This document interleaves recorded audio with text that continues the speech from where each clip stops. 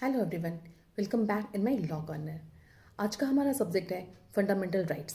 Fundamental rights जिन्हें मौलिक अधिकार या मूल अधिकार भी कहते हैं, जो कि भारतीय संविधान अर्थात इंडियन कॉन्स्टिट्यूशन के भाग 3 अर्थात पार्ट 3 में दिया हुआ है, और जो अनुच्छेद 14 से अनुच्छेद 35 में जिसके बारे में बताया गया है।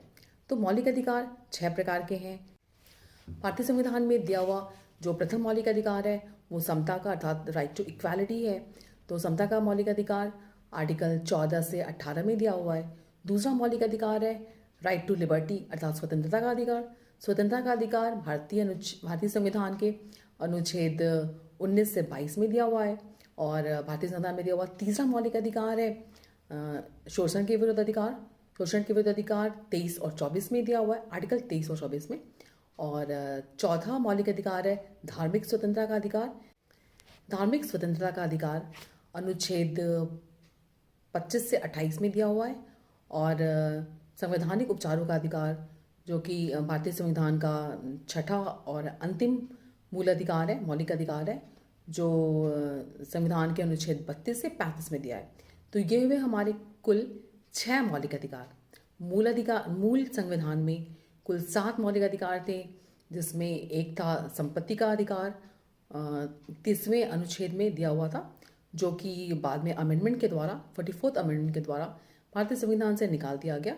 और अभी हमारे संविधान में कुल 6 मौलिक अधिकार हैं। सबसे पहले बात करेंगे हम राइट टू इक्वालिटी अर्थात समता के अधिकार की। समता का अधिकार जो समानता का अधिकार की बात करता है, ये नागरिक और गैर नागरिक सभी को प्राप्त होते हैं। ये भारत के राज्य क्षेत्र में ही समानता की बात करता है ये राइट।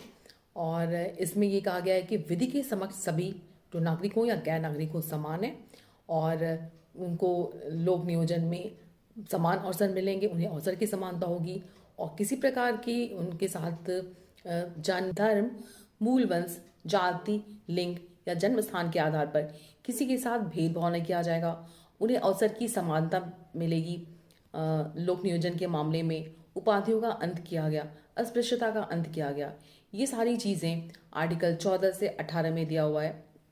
आर्टिकल 14 बताता है कि विधि के समक्ष सभी समान है और समान अवसर मिलेंगे, सभी वो नागरिक हो या गैर नागरिक। आर्टिकल 15 धर्म, मूल वंश, जाति, लिंग या जन्मस्थान के नाम पर भेदभाव का विरोध करता है, और यह अधिकार जो है वो सिर्फ नागरिकों को मिले हैं, और किसी भी पब्लिक प्लेस पे सार्वजनिक स्थल में वो वहाँ पे नागरिकों के साथ भेदभाव नहीं किया जाएगा। ये कहेगी कि आप इस जाति के हो, इस लिंग के हो या यहाँ के रहने वाले हो, तो सभी को समान अवसर मिलेगा।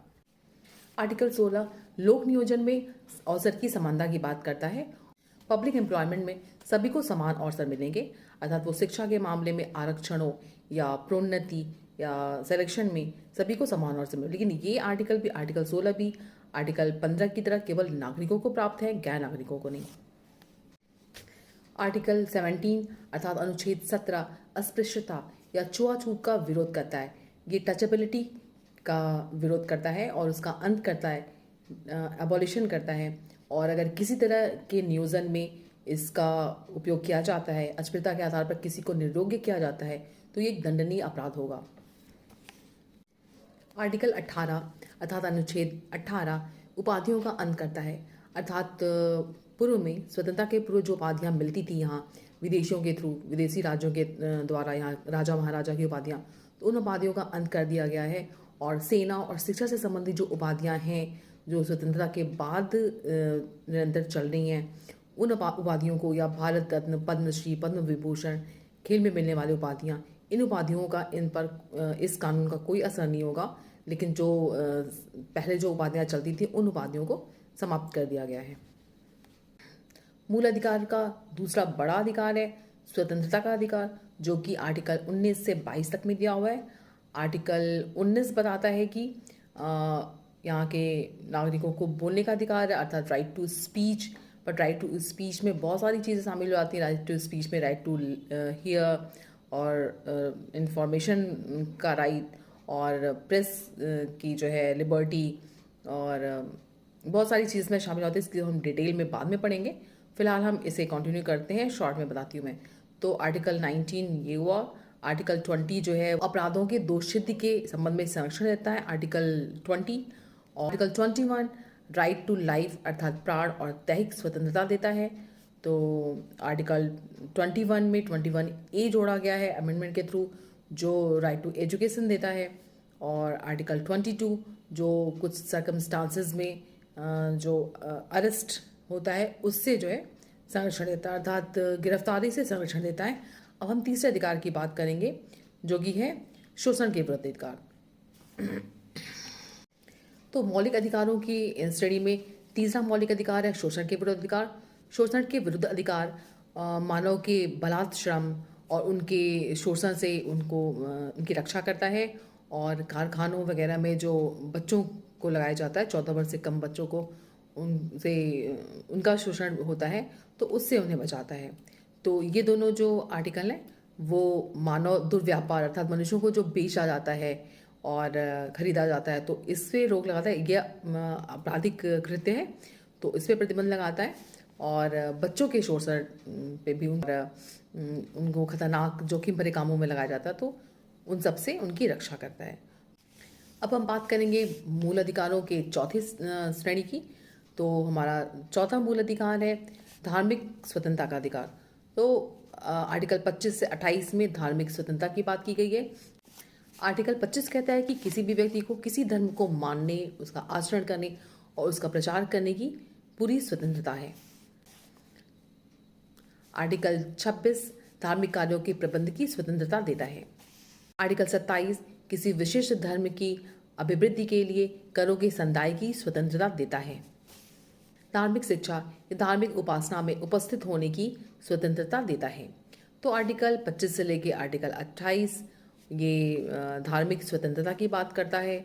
और ये अधिकार हमारा मौलिक अधिकार है कि हम किसी भी धर्म को माने, उसका आचरण करें, उसकी समृद्धि के लिए कर दें, या कोई विशेष विद्यालय शैक्षिक संस्थान है जो किसी धर्म की वहाँ उपासना या उसकी शिक्षा भी दी जा सकती है।